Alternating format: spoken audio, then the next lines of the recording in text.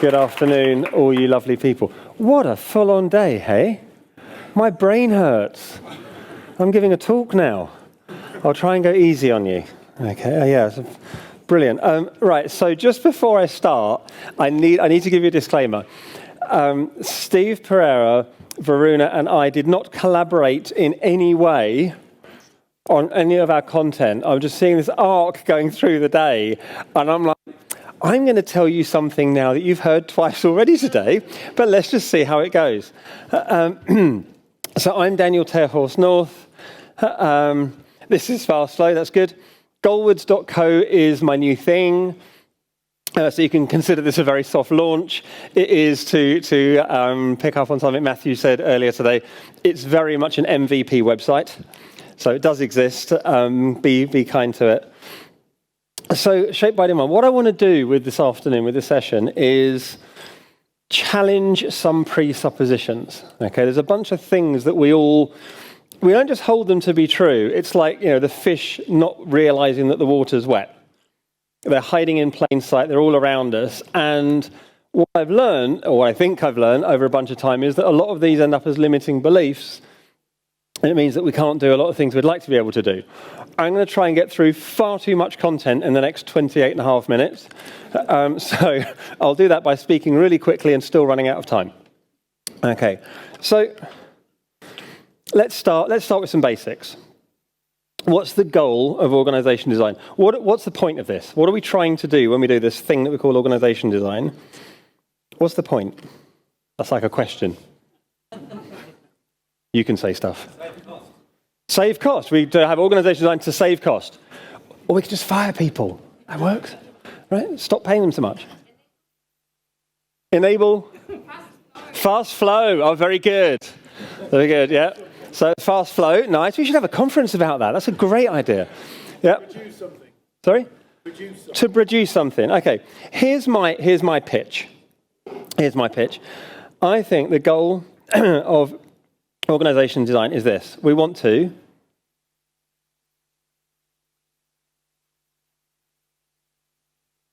build. Luckily this has an eraser. Build the best structure we can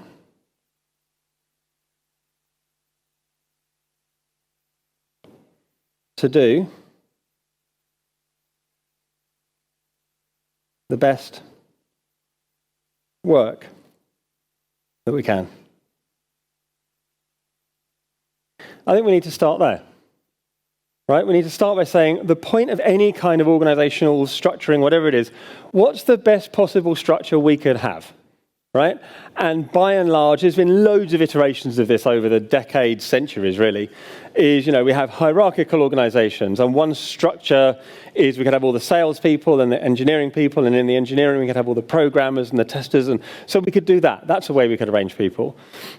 We could arrange people into Scrum-shaped teams. We could start building a pattern language around teams that we've seen and have like enabling teams and platform teams and some of those kind of things. But effectively, what we're trying to do is we're not just doing this because we like moving people around, and we're certainly not doing this because people like being moved around. Right? We're doing this in order to, yeah? And the in order to is these two things. We're trying to build the best structure we can to do the best work we can. So before we get into structure then, what do we mean by the best work we can? And Varuna, where's Varuna? Where's she? If you're in Varuna's session, they're utterly brilliant 30 minutes of my life. I was like, I wonder where this is going. I came out going, yeah, I was doing a lot of nodding. Right, so Varuna's basically talking about this idea of getting a bunch of people together as a working group or a task force, or I've heard it called a SWAT team, different things. A bunch of people together to solve a problem and then disperse. Okay? Hang on to that thought for a minute, because that's a really interesting data point. So I want to start on the demand side. I think of getting work done as a supply and demand kind of problem, right? So the demand side is what work do we want to get done in order to achieve some kind of business impact or customer success or whatever it is. Supply side is us, is all of you people and all of the people who you people interact with. It's all the people and the stuff that makes the thing. So when we talk about work, what I'm really interested in when I talk about what's the best work we can do is what I call sources of demand.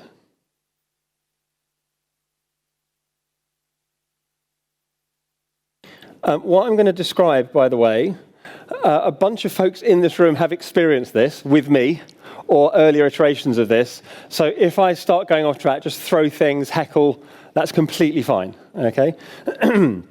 So sources of demand. So let's think about this. I've identified, I call them 5+1 sources of demand. I'll talk about 5 sources of demand, but you get a bonus one, okay? So the first source of demand that we tend to think about is features.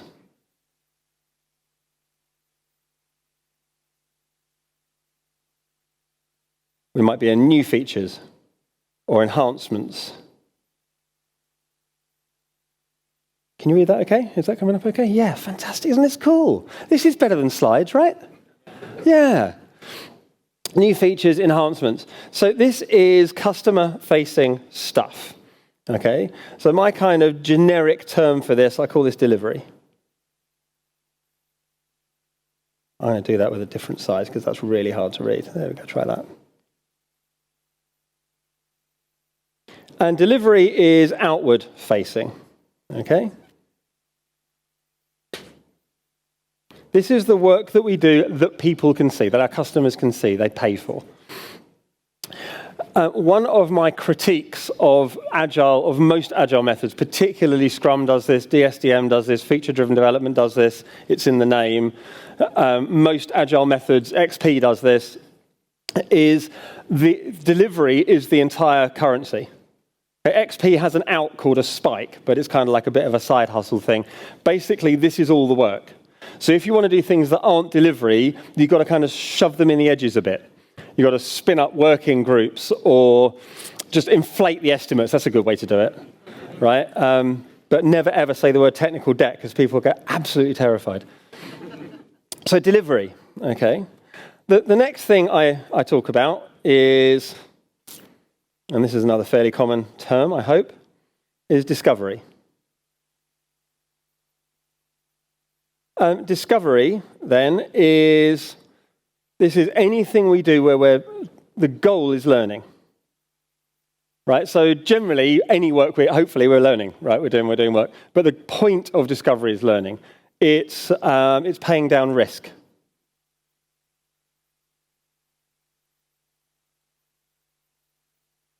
Okay. Quick aside, this is my entire governance talk. Governance is 2 things. Governance is, what are you spending my money on? How's it going? That's the whole of governance, right? This one's called investment and this one's called risk. Why is government so complicated? Because in any non-trivial organization, I've got no idea what I'm spending your money on and I've got no idea how it's going. And so then we get governance theatre. Right, that's the entire governance talk. Okay, so discovery then. That's another big chunk of work that I care about. The next chunk of work I care about is a thing called Kaizen. I probably have a slightly different definition of Kaizen than some of the folks in the room. Kaizen, Japanese word, means continuous improvement. And the idea with Kaizen is you're making lots of little increments. Generally, people think of Kaizen as process change. Plan, do, check, adjust, all that good Deming stuff. I have a broader working definition of Kaizen. Kaizen for me is any change. I think of myself as a system of work. Any work I do that makes the system of work more effective. Okay? So this word socio-technical is doing the rounds a lot at the moment. I'm not a huge fan of neologisms, but it's kind of okay. But yeah, so Kaizen, any work I do that improves the system of work. So of course, making the process faster, easier, eliminating redundant steps, simplifying it, all of that's really good Kaizen, right? So anything where I change the process. But anything where I pay down that tech debt. Oops. Tech debt or simplification. Okay, that is Kaizen. Why is it Kaizen? Because I'm making it easier to do work. I'm making it easier to do future work. Automation, any kind of process automation. is Kaizen. So any work I do, and here's one that often gets overlooked, learning and development. If I take time out to teach someone something, and they take time out to learn it, that's first-class work. That's Kaizen work. We're doing that rather than some other thing, okay? Teaching someone to fish is first-class work, okay? So, so we've got Kaizen, but that's not all the sources of demand. We need to keep looking. Excuse me. So what's next? Well, there's another big elephant in the room that some folks call failure demand.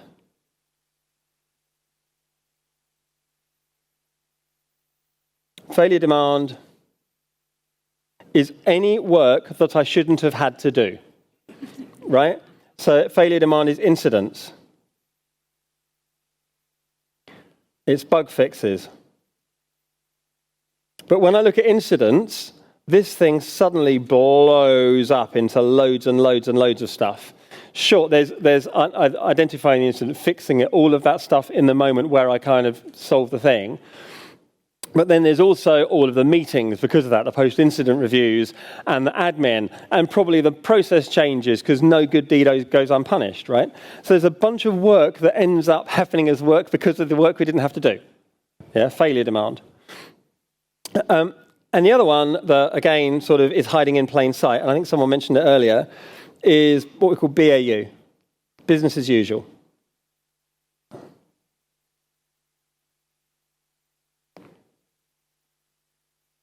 Business as usual, keeping the lights on work, reporting, all the admin stuff, all the patching, day-to-day just things to run to stand still, all of that. Sometimes known as RTB, or run the business.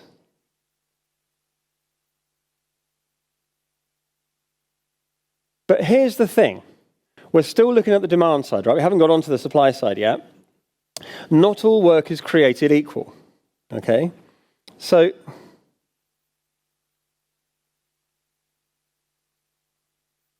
not all work is created equal.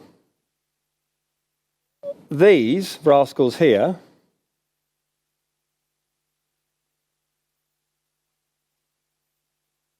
failure demand,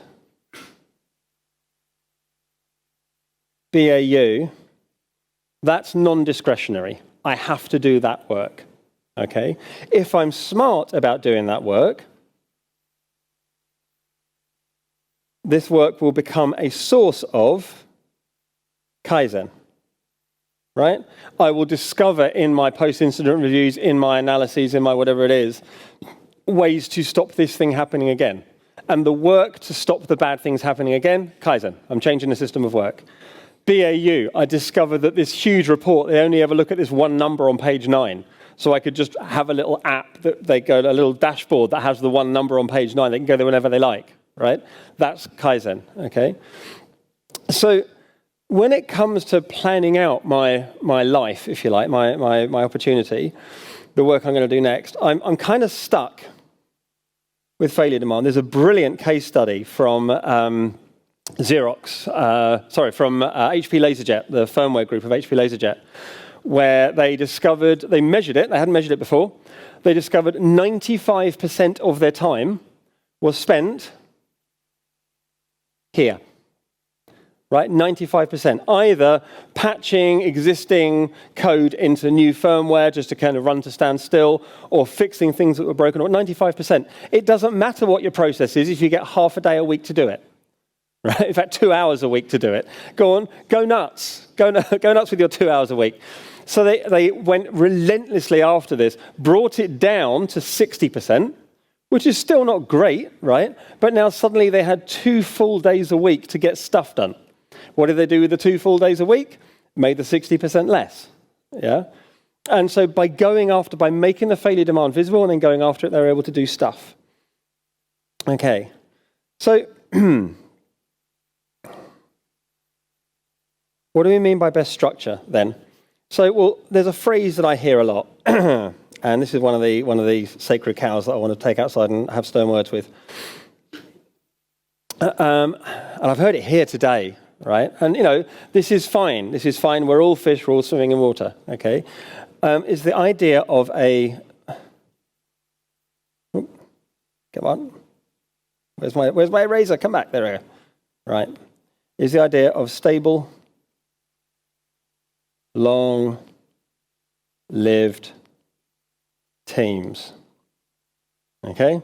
We like stable, long-lived teams, right? And in fact, until Matthew and Manuel got themselves together, it was stable, long-lived feature teams or scrum teams.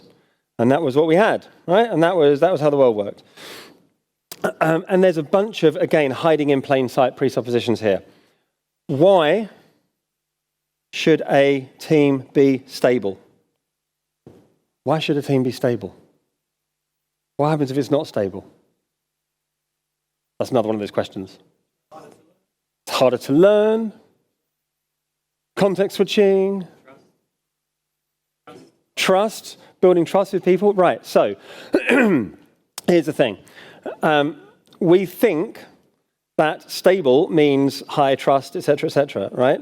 Stable does not mean static. Those are different things.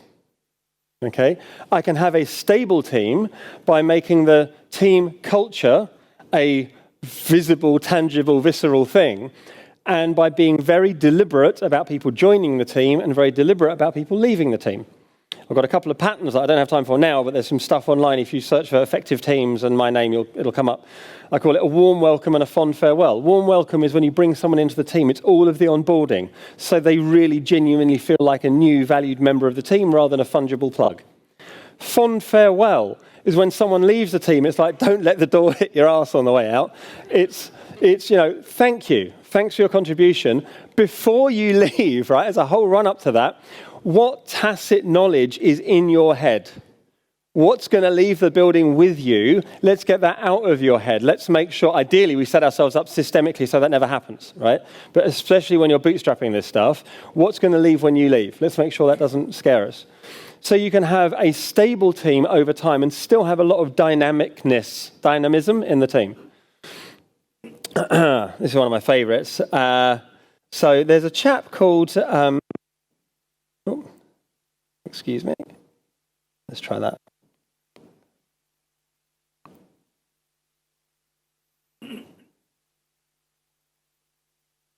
I've just completely forgotten the guy's name. There's a chap called Bruce. It'll come to me. Sorry? No. Storming, forming, norming, performing. Bruce Tuckman, thank you very much. 1965, right? Bruce Tuckman did a study in which he determined that teams go through 4 stages. Okay, forming, coming together, storming, which is where they knock each other's all different edges off because they come from very different places, norming, which is figuring out how we're going to work together, and performing. And that there's a cost associated with each of these stages, and wow, we don't want that cost. Turns out 2 things are true. A, this was a meta-study. It was a study about studies. And it was a study about studies of students, because all behavioral psychology studies are studies of students, because they're the easiest people to get hold of when you are a student. Okay, and they respond to things like beer. Okay, very cheap, very easy to get hold of in large numbers. Also has utterly not just failed the reproducibility experiment. Who's heard of the reproducibility experiment? Yeah, a load of hands. I'm really pleased. So there's a massive thing. I'm going to run out of time. There's a massive thing going on at the moment. It's been going on in research for, 20, 30 years now, where a bunch of folks said, you know all that crazy stuff that we came up in the 60s and 70s? How much of that do you reckon was true, and how much of that do you reckon was acid-induced nonsense, right? Obviously framed in a slightly more academic sense, right? But that.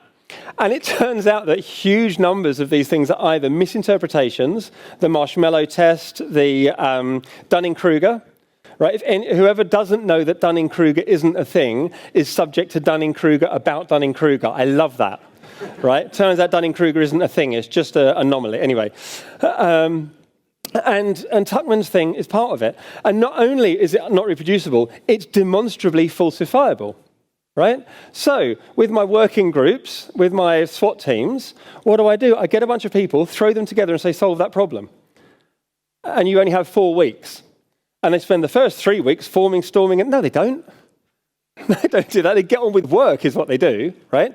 And it's like the Disney movie where the bad guy is going to put the oil drill thing in the end of the village and all the people come together and the little blind kid and the girl with one leg and the grumpy old lady and they all get together and they get rid of the bad guy, right? And they all have a wonderful life lesson and there's songs, yeah?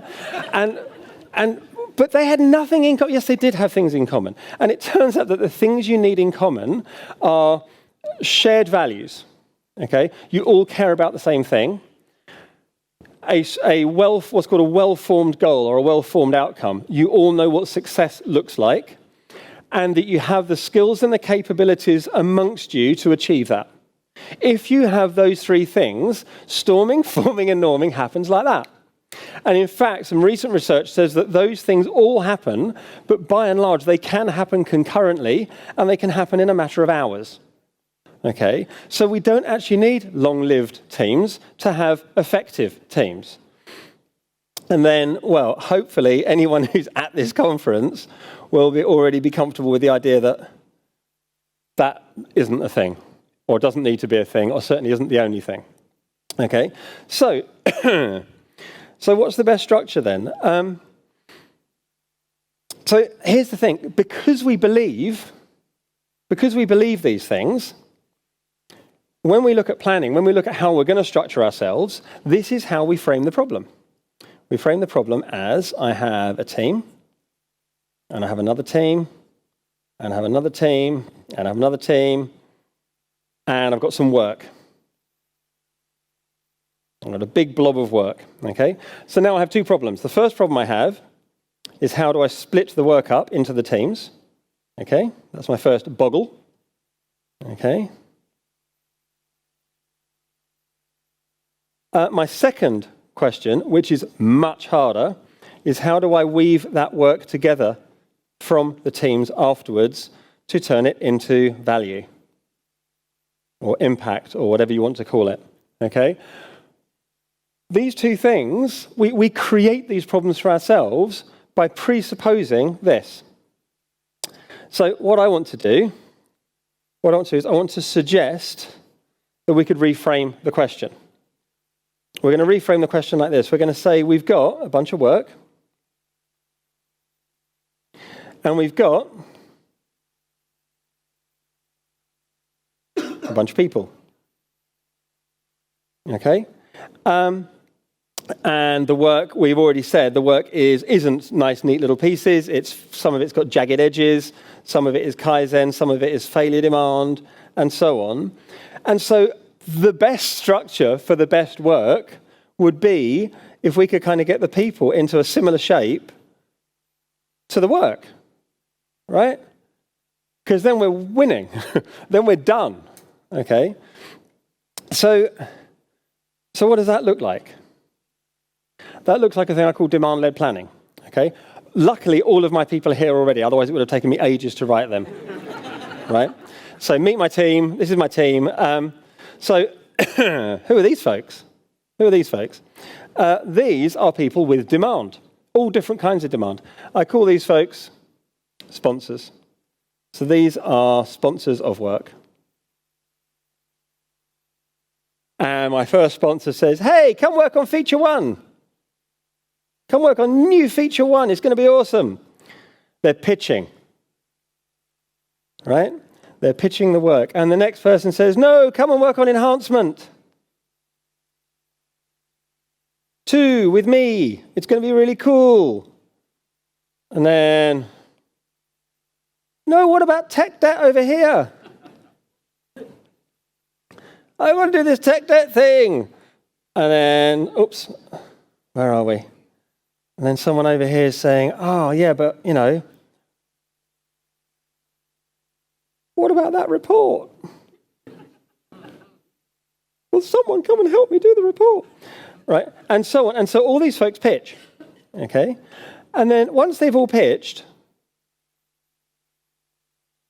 the craziest thing happens.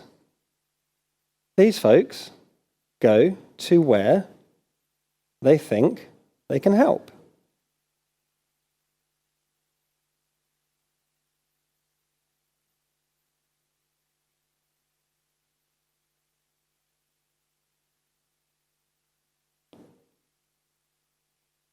and so on, right? And so now what I've got is people self-organizing around the work. How do they self-organize around the work? Do we just say go? Right, if we just say go, basically it's going to be a little bit messy, okay? Oh, sorry, you're doing the reporting, aren't you? Yeah, no. Stuff that. Right, okay, so here we go. So we've got a bunch of people, they've moved around, right? Here they are. So we don't just say go nuts. We say go nuts within some constraints, okay? So, for instance, one of the constraints we generally start with, some of these are hard constraints, governing constraints. Some of these are soft constraints or enabling constraints that we want to encourage people. So, and I know we've got folks here who are either at or were at John Lewis, at or were at Barclays, at or were at Bank of America, a bunch of other folks I've worked with over the years and done various iterations of this with. So we would say things like 3 to 10 people in a team. Right? Don't have less than 3, otherwise you're always in meetings. Don't have more than 10, you'll get in each other's way. Okay? We then would say things like all the skills. You need to make sure that you have all the skills and capabilities in your bunch of people to be able to do the work so that you're not going to be blocked on other people, blocked on other teams. Okay? But then, and again, this emerged over time. We had things like, we had folks we call bumblebees, or butterflies, or floaters, which is, choose your own model, right?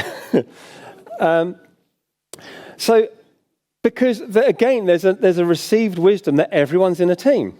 Right? No, my UX person here, he's actually going to be there's 3 different folks pitching demand here, and they all have different UX needs. None of them has 12 weeks worth. This is a quarterly exercise. None of them has 12 weeks worth. It'd be much more useful if this chap could move between the teams as they need him. He's a grown-up. He schedules his own time. He makes sure, working with the teams, that no one's going to be bottleneck waiting on him. Okay? And then we introduced a rule for bumblebees that we call the 3x3 rule, which was that a bumblebee could not work across more than 3 teams because context switching, and a team couldn't have more than 3 bumblebees for that quarter because confusion, right? Otherwise it was hard to know what was going on, and so on. And so what we do,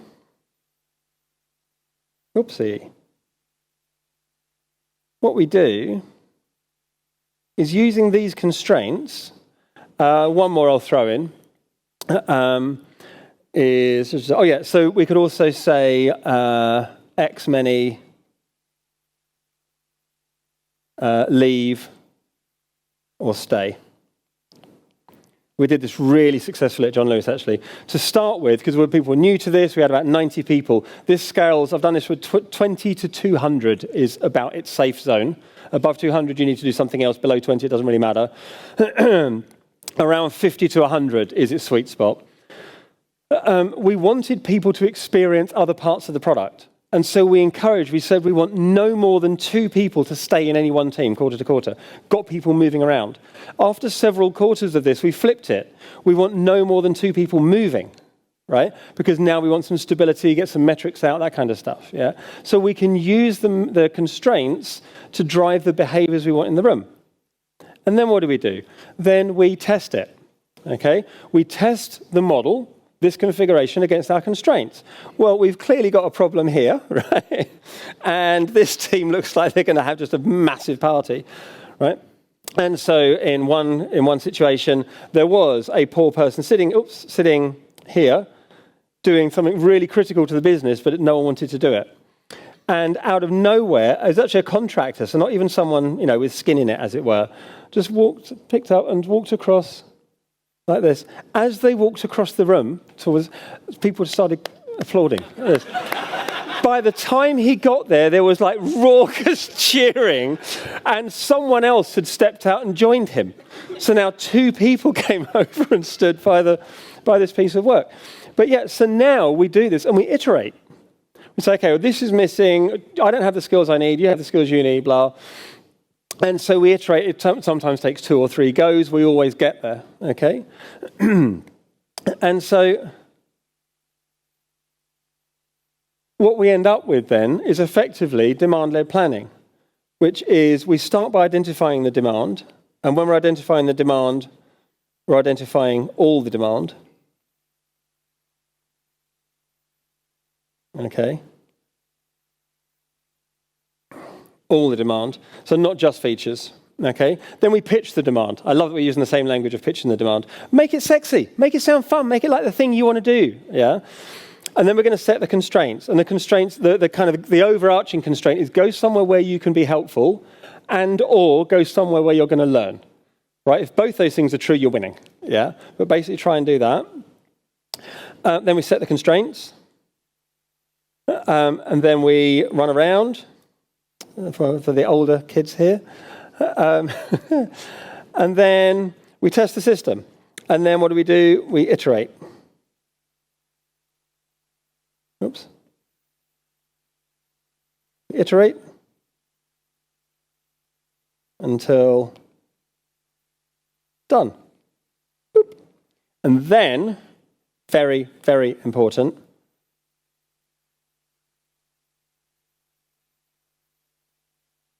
then go celebrate. You don't have to be beer, but go celebrate. Go celebrate that you've just created the new organization for the next quarter. Because the piece that's missing from this definition, we want to build the best structure we can to do the best work we can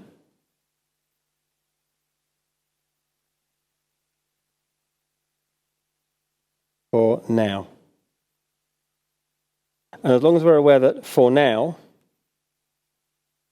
is actually the reality, then we've got all of the goodness of team topologies, all the goodness of Heidi Helfand's reteaming, all the goodness of Don Reinertson's flow. We can lean on all of this brilliant, brilliant work to figure out what shape is the best shape for us to be for the work we want to get done for the next quarter.